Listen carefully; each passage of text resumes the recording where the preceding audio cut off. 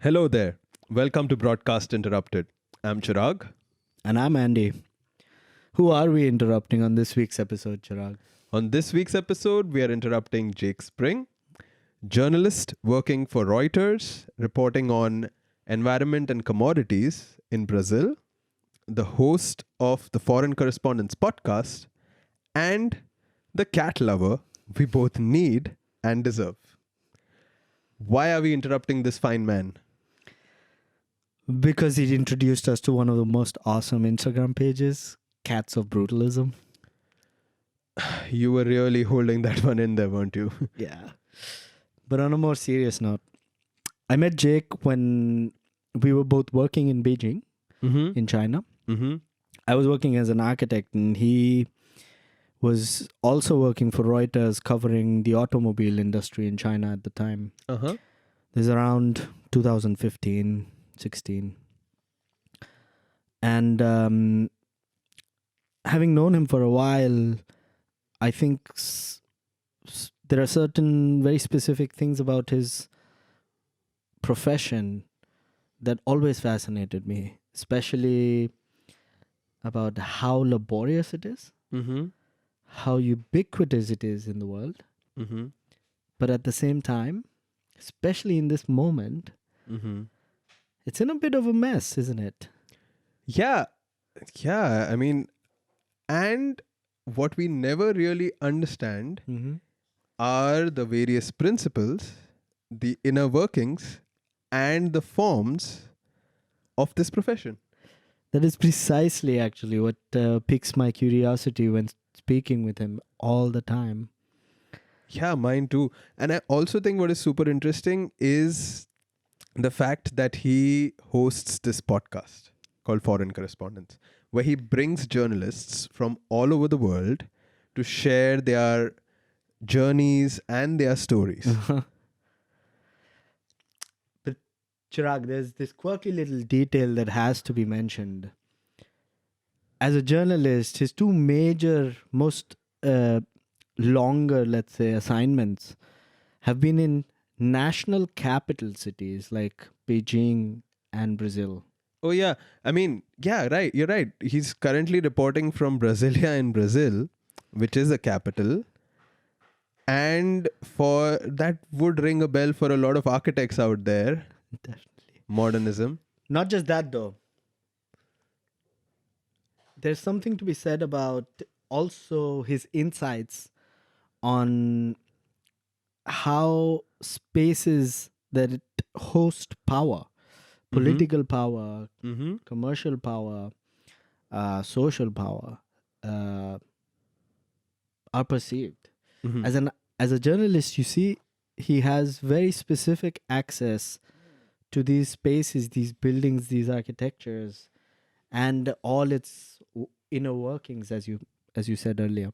And I think that's quite an interesting set of observations that he makes during the course of our conversation on this podcast. Oh, yeah. I mean, between knowing that he was supposed to be a math major who dropped out to pursue his interest in Asian studies, to discussing what it means for us as architects to use concrete as a material in our buildings, I think we covered a lot of ground. We definitely did, a wide range. So, let's dive into the world of Jake Spring, journalist, podcaster, and cat lover. Hi, Jake. Hey, how's it going? Good. So, Andy Chirag. So I think we should begin with an introduction of yourself from you for all the people who are listening and looking at this. Sure. Where should I start? I guess I'll just give you where I'm at right now. I'm right now sitting in Brasilia, in the center of Brazil. I've lived here about going on 4 years now. I'm a journalist, work for Reuters news agency. I report on environment and commodities and regulation here in Brasilia. But there aren't too many of us, so I kind of do whatever as necessary a lot of the time. And I used to live in China before for 6 years, and that's where I knew Andy. But I mean, how did you end up in Brasilia? just out of curiosity? Well, so I was living in Beijing, and that's where I met my now wife, Viviana, at a bar called Four Corners. And the rest is history. I'd never thought about Brazil before. I started learning Portuguese. I could not find a Portuguese teacher in Beijing. Like I, at one point, took the train for like 2 hours west of the city, or east of the city rather, and went to a teacher there, but it was just not worth it at all. So I did it all on my own, did all Duolingo, did all Pimsleur, showed up, figured it out. And I've been here for 4 years. I mean, Reuters was pretty good about transferring me. If you have a personal reason, they're usually pretty understanding, and it doesn't get more personal than having a Brazilian wife. So it all worked out. So it was like an internal. You just got to fill up a form or something, and then they're like, "It's okay, you can." No, there needs to be a job opening. I did interview for 2 other positions before I got this one here in Brasilia, to report on Petrobras in Rio de Janeiro, to do agriculture in Sao Paulo, and I ultimately got this one here in Brasilia. I mean, Brasilia has a very weird reputation, which we'll probably get into. Like, my wife was not terribly pleased when I got a job here because, I mean, it's, one of these fake created cities in the middle of the country, and Brazilians everywhere view it as kind of this weird place. Like, no Brazilian's going to go, "Oh, Brasilia, great." Like, they're all like, "Why would you want to live there?" Like, we don't get it. So yeah, I mean, but the job is great. I mean, I'm in the center of the country. It's the closest to everywhere by plane, like you could want to get. So yeah, no complaints. Would you also endorse the cliche about Brasilia after 4 years? I don't know. I think it's a lot nicer than people give it credit for. I mean, it's got very, very low crime. I mean, the weather is kind of the same year round. We're in a particularly heavy rainy season, but it's not usually this bad in terms of rain. I mean, 78 degrees, 30, whatever that is Celsius, 30 some degrees, low 30s Celsius. Weather's great. I mean, it's extremely green city. You're very close to government. Life is convenient. Life is nice. I mean, is life exciting? Is it culturally vibrant? No, it is not. But if you want to be comfortable, it's not a bad place. Yeah, then I think that sounds pretty. But how do you compare it with Beijing? Like your 6 years stint in Beijing, life there, and then here in Brasilia? I mean, Brasilia is the complete opposite. I mean, Beijing, the weather is terrible most of the time. It's so smoggy and like traffic, and everybody's kind of like has this general rage about how difficult it is to do even small things like go across town and meet up with your friends. But I mean, you get that stuff in New York City too, and things like that.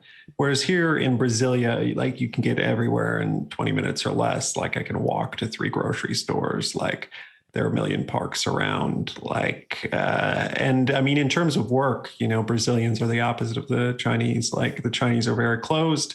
Brazilians are very open. It's very hard to get people to trust you and speak to you as a journalist in China. I mean, Chinese people are very, very friendly, I would say, in general. But when it comes to, talking to a journalist, it's a different thing entirely. So, I mean, here, like the government's right here, and it's very easy to get access to anybody you want, kind of. Okay. And before you were in Beijing, were you working anywhere else before that, or right out of school or university, you started working directly as a foreign correspondent in Beijing? How was that? What was the I graduated in 2009, so the economy was terrible. Moved to New York. I worked at a literary agency briefly, which represents authors and sells their books. And then I freelanced, and then I was out of money. And then I moved back to my parents' house. And then I got a job in Myrtle Beach, South Carolina, working on a newspaper there. Yeah. And kind of saw how, I don't know, things weren't going very well in the newspaper industry. And so I kind of picked up and moved to China because I thought, I'd have better prospects there. I saved up $3,500, scrimped and saved, calculated out my groceries and stuff like that. And then, that was enough for a plane ticket and get me set up with rent in China. So took a big gamble and paid off pretty good. I mean, that sounds... If I remember correctly, you ended up in Shanghai first, right? Well, it's confusing. I landed in Beijing. I got an apartment in Beijing, and I lived in Beijing for all of 2 months before I got a job in Shanghai. And, I didn't expect to live in Shanghai. And the guy said, okay, we'll interview you next week, but you got to come here. So I hopped on a train, went down. Luckily, I had a friend who was there. I crashed on his floor. He was living in an attic of some old house in Shanghai, these kind of old houses back in alleyways that haven't been knocked down. And it worked out. And it was great because otherwise, like, you have to pay your rent 3 months at a time in China and a lot of places. And I was out of money. You have to leave the country every 3 months on the visa I was on. Like, things were going to go south really, really quick, but it came together, thankfully. I had this cockamamie plan to be a freelancer, but 3 months is not enough time to get set up on that. You need a year or two to probably make that work. So if I didn't get it wrong, after working in South Carolina, you said, all right, it's not my scene. And then how did you choose China? So I studied Asian studies in college. It was Asian and Middle Eastern studies, technically, because they had to put us all together because there weren't that many of us. There were only 9 people with that major in my graduating class. And, half of them studied something about the Middle East, like completely different. They've since separated them. Now Asian studies and Middle Eastern studies are separate, which I think makes sense to me. But that means I took, 3 years of Chinese. I took Chinese language. I took Chinese history. I took Chinese literature. I don't think I took any Chinese art. That would have been cool, but I don't think that was offered. So, that's what I did. So, I mean, China made a lot of sense to go back for me, I think. In fact, I probably should have gone back sooner, but I was lucky that I didn't because of various visa rules in China. And it's difficult to get a job there if you're less than 25.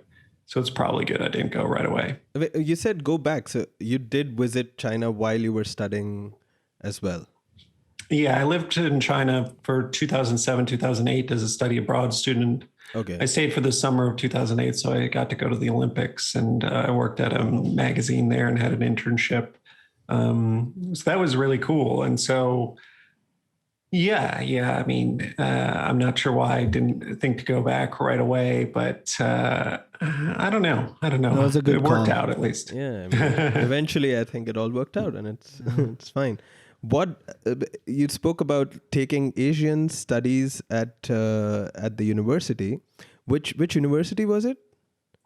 So it was Northwestern University, which has, I would say, the best journalism school in the country. So people hear Northwestern and they go, ooh, and I'm like, oh, but I didn't study journalism. And they're like, oh, okay. It's a very good school, but it rubs off on you, right? A little bit. I stayed in the communications dorm. And so I was with all journalism and film students mostly. And I took all of 3 journalism classes, but kind of realized I didn't need to take 12 journalism classes. And I wouldn't have been able to study abroad and do all the things I was doing with a journalism degree. Like, they just don't make it easy for you to leave campus for a whole year. And I worked at the student newspaper. So I learned a lot there. The Daily Northwestern, it was put out every day. It was like an actual job. I got a paycheck, not much money, but, it was something. But then what were the courses or what were the subjects or classes that you took while at Northwestern? Well, beyond the Chinese literature, language, history, Chinese political economy, things like that. And then, I mean, when I first arrived, I was a math major. I had gotten the highest score on the AP calculus test. So they said, oh, you qualify for this special math program. And I was like, oh, and my friend who I went to high school with and also went to Northwestern, he was doing it. So I was like, oh, I should do this. So I started doing it. And we had a great professor at first, like this really funny younger guy, probably 40, who would like joke around and things like that. And I really liked it for a couple of, we had quarters, or they're really trimesters at Northwestern. And then we got switched to some guy who, like, there weren't enough students anymore. They whittled it down to one class, who insisted on being called Dr. Franks and was like old and very dry. And like, professor wasn't good enough for him. So, and then I ended up in some chaos theory class it was such a funny scene. Like, there's a guy with Tourette's in front of me who's like a mathematical genius, but he'll like shout at the professor during this class. And I was just in there with all these oddballs who were obviously like savantish. And I was like, and I could memorize the stuff and do it, but I couldn't like think creatively about it like these guys could. And I realized like, what am I doing here? Like, I can memorize enough to pass this class, but then I need to like get out of here. I remember me and like the one other normal guy who like would study together and like best friends like, for life. What is going on? Why are we doing this? That teacher was great. And I do remember going to my advisor and him being like, maybe you shouldn't be a math major. And when your advisor is like, maybe you should do something else, it's a sign. It's a sign. And then what was that something else? That was the move to wait, Asian studies. I have to say something. I did not, either I missed this particular detail in all the years that I've known you, but I think I'm talking to a totally different person now, because math, calculus, that's your foundation. We're going to have to rethink this friendship, man. Yeah, well, I mean, in high school, we had a really good math teacher who, got people into it. And I don't know, I've always been very, very good at memorizing things. And that's why I was good at math, which in the long run is actually not the skill you need in math. You need to be able to like really like grok it and be able to like roll around it and play around with it, because like that's how you get places. Yeah, the basics you can just memorize, but you can't do a proof. Like, it's not like solving an equation. It's like you don't know where it's necessarily going to go and all the steps and stuff like that.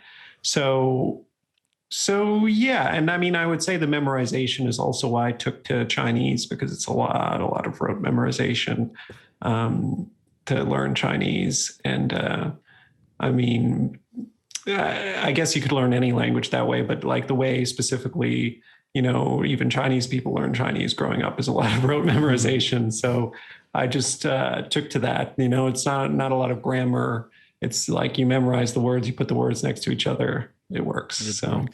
That really spoke to me. So I started taking that my second year, right as I was ending as a math major. And then I was going to be a history and economics major, but then I went to China and that all went out the window and I went with Asian studies. But then when you landed up in China and started working for this magazine, you already had a sort of inclination towards journalism or something like that? Or it was more like I'm here and I need to find myself something to do. I mean, how did you sift through getting the job that you took up as an intern also?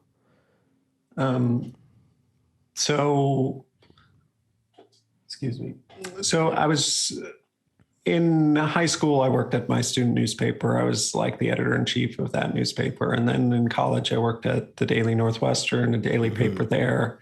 And so I knew I wanted to do journalism. So that's why I went for that internship. I kind of always wanted to be a journalist. That was always plan A. I might have considered other things at other times, graduating in the financial crisis, but I don't know, like there was a time when I was working at this literary agency that I would like tell people I wanted to be a literary agent. And that was just a fucking lie. Like, I was just like, I need a paycheck. I need to work as anything. But yeah, thank God I didn't take a job in PR or something else just because I had that little brief, difficult period. I'm glad I stuck with it and, figured it out. even if I had to move back in with my parents briefly. And in when you were there was China and now there's Brazil, and you mentioned earlier that you report on environment and commodities. Yep, that's right. And what were you reporting on when you were in China? Was it the same? So in China first, I worked at a magazine called China Economic Review, which, as the name might suggest, was about economics and business. And we that was a good job. We got to write pretty broadly about everything, but it was, economy, labor, it was sorts of things like that, mining and energy. And then I got the job at Reuters, and I was at first on the economy desk. I was just as a trainee, and then they moved me to finance. And then I was placed as like the automotive reporter after my training period was over. And so I did automotive reporting for about 2 years. And that's right when electric cars were blowing up in China, blowing up like the market was expanding crazily. The government was incentivizing them. Yeah. And so it was a lot of electric cars, and it was a lot of self-driving cars. It was actually pretty cool, a lot of technology stuff. So yeah. That's how I mean, the reason I asked this is because also you mentioned just a few minutes ago is that you did interview for many other departments within other sort of news Or desks. like you call it. Yep. How does this shifting of desks work? Is that normal in journalism? Like, do people work at different desks? Because the notion we have is almost like the profession is so specific, and once you're doing something within architecture or other such professions that we know of, you are focused within a certain topic, and then you keep working at it or something. But I don't know, how does that work in mean, so there's obviously there's a bare minimum amount of time you can do anything. And I mean, usually most journalists, they'll focus on one thing for 2, 3, 4, 5 years. I mean, some people decide they want to do just that one thing, and they focus in and they'll stick with it. And but a lot of journalists, I would say, change jobs every 5 years and report on something else. And sometimes it's adjacent, sometimes it's, it's just being able to convince people you can do the job. And within a company, that's a lot easier. Like, so I had to apply for these jobs internally within Reuters, and they would also interview external candidates. But obviously, they know my experience, and they know, my track record with them more intimately than, people coming from outside the company. So that definitely helps.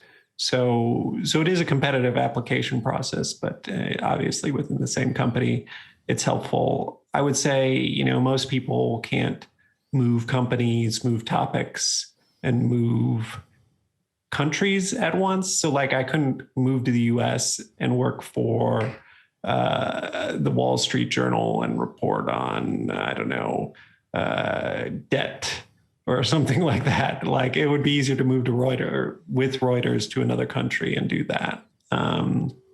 So it's almost impossible to change all three at once. So there's usually some sort of connectivity between one job and the next. Yeah. It's also a very interesting question for us as architects, because we often find ourselves working on let's say a commercial project or a bank or a restaurant or a house from one day to the next. Of course, we don't design everything in a day, but we often find ourselves jumping between these sorts of differences.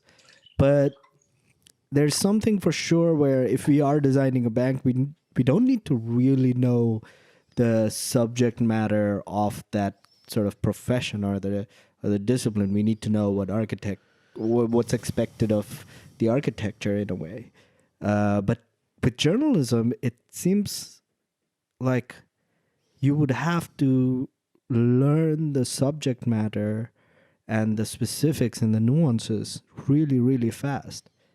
What's that training period like? Like if you jump from automobiles to I don't know, Commodities environment, or environment, yeah. how's that jump really like? I mean, you learn as you go, as with, that's a big thing in journalism. Like a lot of people don't actually ever train as journalists. They just kind of learn things on the job.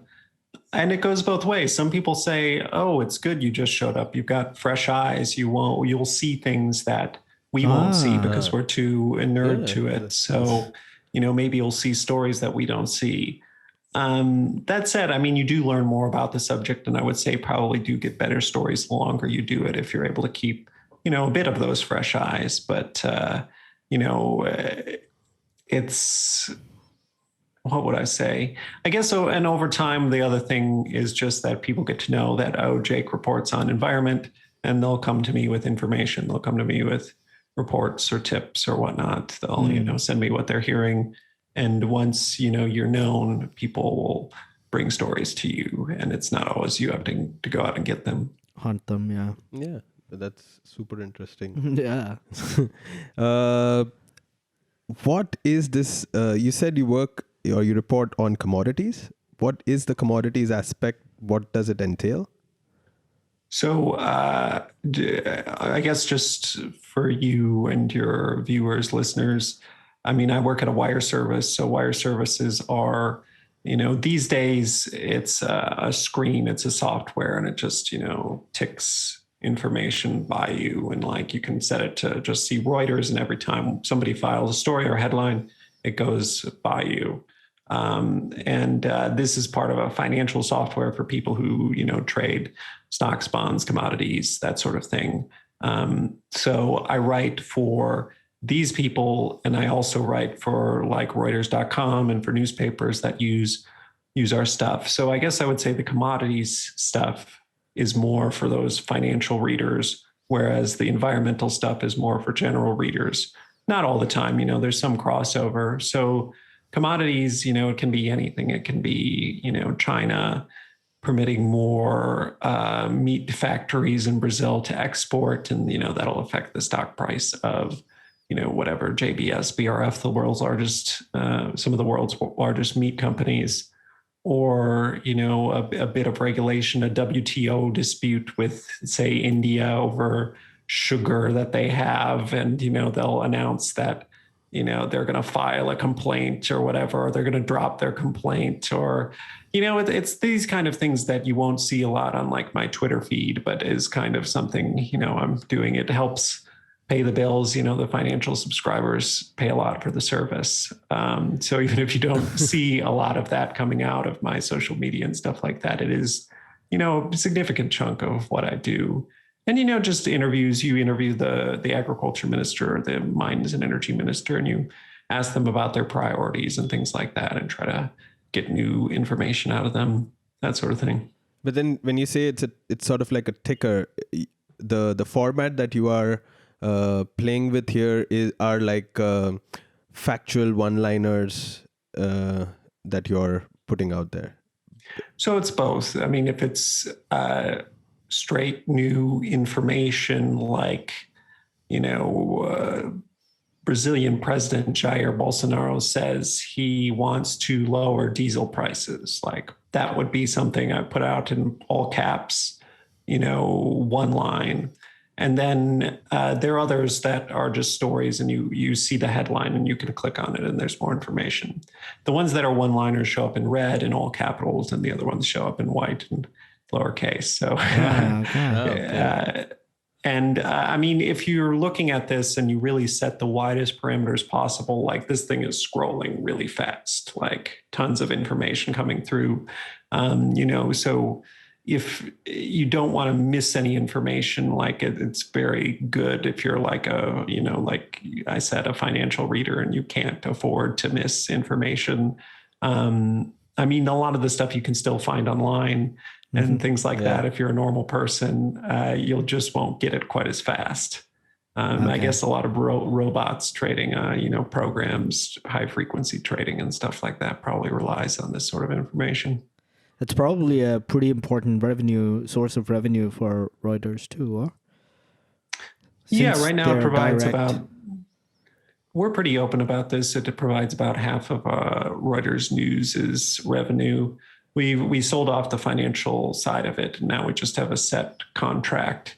I believe London Stock Exchange owns that now, who aren't a bad client to have.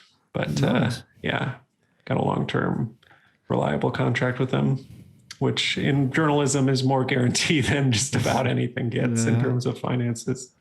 With these with these desks which report on commodities, you have one person sitting in every major city in the world, or? No, I mean, let's see. In Brazil, a lot of the finance and company corporate reporters sit in Sao Paulo. In Rio, like it's a lot of oil and mining. In Brasilia, it's a lot of government coverage.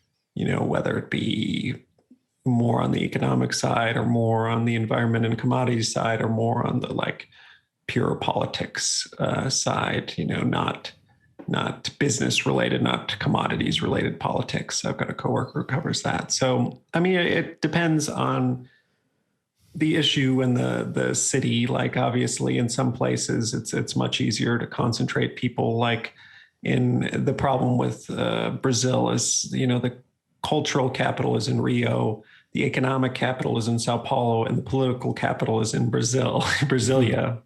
Yeah. Some places that city is all the same city. The capital city is the cultural, is the financial center. And in that case, it's easier to just have one big office there with everybody covering things.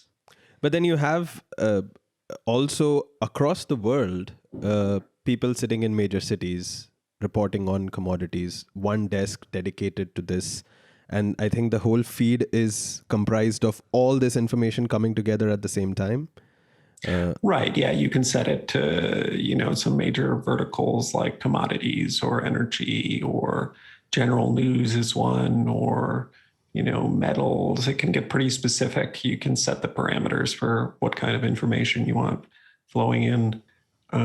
So, yeah, I mean, it depends. But, for example, on commodities, you'll have people reporting on agriculture commodity prices in Chicago and New York. You'll have, people reporting on mining in probably like Toronto and South Africa and countries where mining is very big. Australia, certainly, so it kind of depends. But Reuters is, a huge organization. Like we're the largest news organization in the world in terms of number of journalists.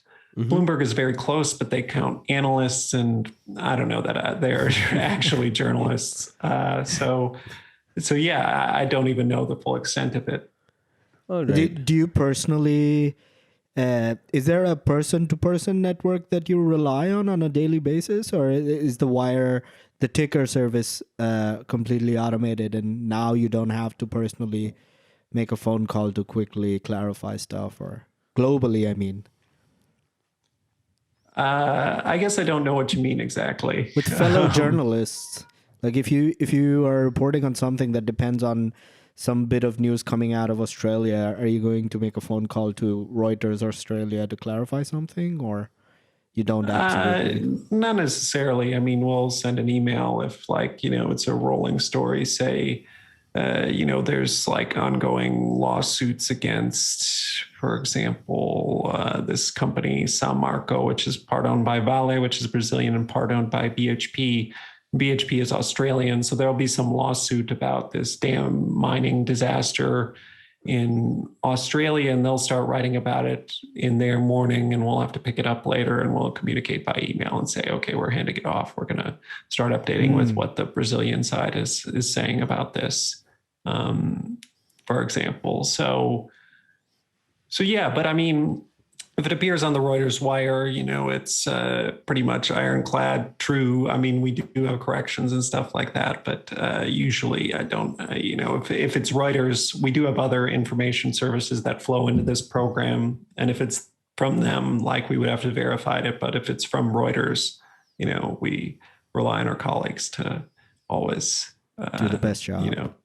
Right. Yeah, no, I asked more to get a sense of how synced the virtual whatever internal system or this wire service is, because we're trying to get a visual image of it. I just asked because I wanted to know how much person to person contact is still required, how much of it is like a bot or something on those lines. Oh, okay. Yeah, I mean, there is some things that's automated. A lot of the economic data and stuff like that is automated. Like they'll be monitoring web pages, and if the central bank posts X thing, it knows how to automatically read it and automatically craft this sentence and put it out there. So, I mean, that is more when it comes to data and things like that. It's easier for a computer to do. There's some like sports stories that get or got written by algorithms or programs or whatever you want to say. At least we were experimenting with that. I don't know if that went anywhere, but that's pretty common. I mean, Associated Press was doing that too. Just kind of the standard, like, they play whatever 182 baseball games in a year. Like you don't need, it's not rocket science. You can teach a computer how to write a story about that. So yeah. But by and large, I mean, where our value is we're the humans who have to talk to other humans to get information to put it in the system, because that's how new information gets found out. Like, somebody's got to find it out and put it on the internet, and then it'll recirculate. So we're kind of, I like to think, the gas in the machine that is going out and finding the new facts and feeding it in, and they'll circulate around. That part is still kind of pretty old school because it's real people doing it. That's nice to hear. I guess I want to kind of also, because I asked also because what you do as a hobby is that part with more depth, right? Your podcast is basically you talking to journalists from all over the world, but at length, and it always seems like a special format, long form podcast compared to what you do on a daily basis. And right. Yeah. I mean, I would say I started the podcast. I thought I needed something outside of work, a project. And I thought, I could write a book. All journalists want to write a book. It looks very good and things like that. But then I thought, do I really want more work on top of my work? It feels like, just more of the same. And so, what is the most enjoyable part? It's the talking to people part. And maybe I can just do a podcast and just do the talking part, and I don't have to worry about, writing it into some cohesive thing later. It's just the conversation end of it. And I did it long form like that, largely inspired by the podcast WTF with Mark Maron, which is long form interviews and really stories of people's lives. And what I realized about that is that's about comedians. And I didn't know 95% of the people when I first started listening. It's funny, I first started listening when I moved to China in 2011, or a little bit before 2010, maybe. And podcasting was pretty new. And Mark Maron wasn't a big deal. And he was interviewing people who weren't big deals, and I had no idea who they were, but he would be like, get them to tell their life story. And, it didn't matter that I didn't know who they were. They had very interesting stories. So if you're interested in people, getting those life stories can be interesting, even if you don't know who they are, they're not famous. And so I thought, he's doing this with comedians. Somebody should do this with journalists. That kind of kicked around in my head for years. Until a friend of mine was like, listen, you gotta do this or shut up about it. So I decided to do it. And a lot of people talk about long form podcasts and things like that, which I guess would be the most similar thing to what I'm doing, which is interviews with journalists, but it was not, my podcast was in no way inspired by them at all. And I'll say WTF with Mark Maron, most journalists will be like, I don't even know what that is. It's funny how that's such a big podcast, but at the same time, things are so compartmentalized. I'll say it to people and they'll be like, what? No, I don't know. But I mean, do you guys know what I'm talking about at least? I know what I have heard Mark Maron's podcast quite a bit. But I think what is interesting to me, or I would say, I would point out to a difference is when Mark Maron does it, he is also sort of constantly asking them questions, but it is almost this idea of a chronology, you know. Whereas when I listen to Foreign Correspondence, there is a set of questions which you bring to the podcast, which are, I think, largely the same across all the guests. They don't just involve a sort of and then you did this and then you did that sort of a thing. You have developed, at least for yourself, a stable questionnaire of sorts, which you constantly use on each of them. So I think that is an interesting difference. Can you tell us a little? It produces a lot of variation Yeah. too. Like people answer very So differently. yeah, I mean, the first 45 minutes or so of the finished product, I try to have be their life story. You know, that's more of the chronology, the and then. That's more of the like Mark Maron style part of it.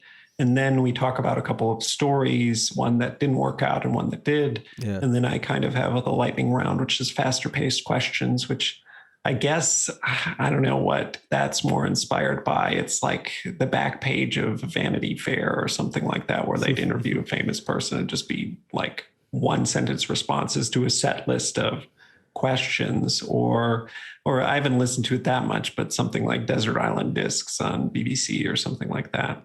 Yeah. So yeah, it is kind of a hybrid, and it's kind of a set list of questions. And if you listen to those old Mark Maron episodes, it would be more of a chronology, but he's done like 1,000 plus. And so it's no longer that formula anymore for him. It's kind of more free form. I feel like he's, achieved, such a fluidity, like, he sees the matrix and he doesn't need to like follow a format. And I wonder if, my format is a crutch, and if it will get boring, and if at some point I'll, have done it enough that I kind of break out and do it a bit more free form. But for now, I like the format, and, I am interested in these same questions. Like, you change the person and I'm just as interested. So I've done 42 of them. We'll see how many I can do before I feel like I need to shake it up.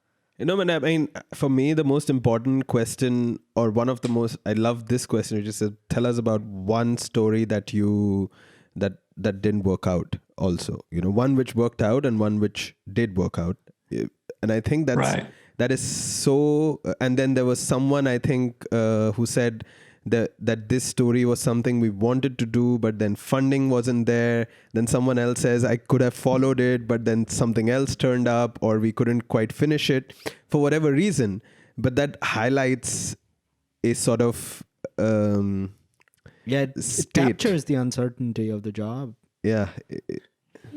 Right. Yeah. I mean, part of the podcast is formed in reaction to, say, long form, which is a great podcast, but it's always talking to the people who wrote the long form article for the New Yorker or the New York Times, it's very much like only showing the tip top of the iceberg, the 0.1% of the industry where everything is, an amazing epic success and all that. And, I want to show that to the White House. Yeah. Right. Day to day that, for 99.9% of journalists, this is not what it's like. And, kind of trying to show people what it is really like, and build up that picture one interview at a time, going to people in different places, different publications, different mediums. And I'm still trying to expand. I want to have a critic on, and hopefully that'll happen soon. And I had somebody who covers sports, and, constantly trying to think of new ways to expand it. Yeah, I think, I mean, when you also speak about these journalists that you cover, what kind of articles, when they mention also about stories and stuff, they talk about, and more often than not, there are some of these stories that don't end up making it, are also these really long form kind of stories that they were trying to really uncover, unravel, and stuff like that. So, I mean, I want to know what kind of format of reporting is still very relevant, and still catches a lot of traction, viewership? Is it 11-minute reads or these headlines that you did that you do when it comes to commodities and stuff? How does that?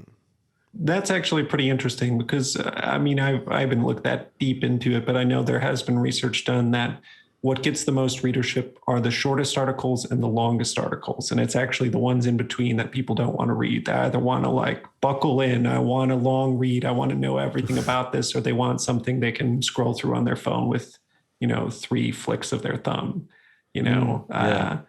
So, in Reuters, they've kind of embraced that. It can be a bit annoying. You'll want to write about some smaller thing, but no, you've got to write a very short thing. But if you get approval, you can, run really long with it if they think it's worth it. So, how short is short? It's pretty interesting. How short is short? Short is, breaking news, we usually write 300 words or less. Which sounds very short and is very short. They're quick to write, but when you think about how many words can fit on a phone screen, I get the logic. I get why it makes sense. But it's weird to think about when, we're not a newspaper. It's not like we get to the end of the page and we can't do any more words. We have to make a conscious choice. Like, we're going to cut it off at this thing because it is unlimited. It's the internet. So, but, then you have to weigh, cost benefit, how much time you spend on these things, and that sort of thing. And how long is long, according to you, or according to the standards for that matter? Reuters will write, 2,000-3,000 words. Like, long form is like 5,000-10,000 words. I guess I would say, which, is like half an hour to an hour to read, I would say. Yeah. All right. And so when it comes to these sort of articles that we write, do you think that, or how important do you think is the headline still? Like how do you write a headline? Or headlines are extremely important. They have to, show some sort of action or show some sort of, surprising fact. It depends. Like when it's real breaking news, like Kim Kardashian files for divorce with Kanye. That's a long What more read. do you need? Yeah. What more do you need? Like the fact that I want to click on that story. You get approval for long form immediately after that. I'm curious if we wrote that story at Reuters or not. I'd be interested to see.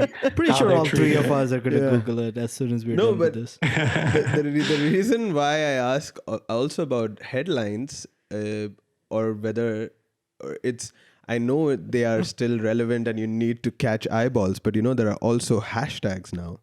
Every news has like everything you put out on Twitter comes with an accompanying hashtag. Every update has this thing. How do you choose a hashtag then? Or what is this tension between these two? I don't use hashtags. Some journalists do, but I think hashtags are, at least on Twitter, are getting a little bit passe. Like I'll see like certain people use them and it'll invariably be like older journalists and things like that. And I'm like, I don't know that they got the memo that people aren't using these as much. It certainly gets used for certain things, but I would say in general for like people following news stories, like, Me Too and things like that. But then you'll click on that to see more of what the discussion is than the news necessarily on Twitter. Whereas like, I think for news, people are still like just punching in like whatever the words are, or looking for trending topics and which aren't necessarily hashtag dependent. It just comes off as very, very thirsty, I guess I would say, using hashtags is how it's perceived these days. So if you're, perceive yourself as a cool young journalist, you don't necessarily use them. I do think it's different on Instagram. I think there are more hashtags there, but I don't know that hashtags are that important for journalists these days. But I think within journalism, what do you then say would be the sites, like apart from the Reuters website and Twitter itself? Are there any more outlets through which you guys work on disseminating your news?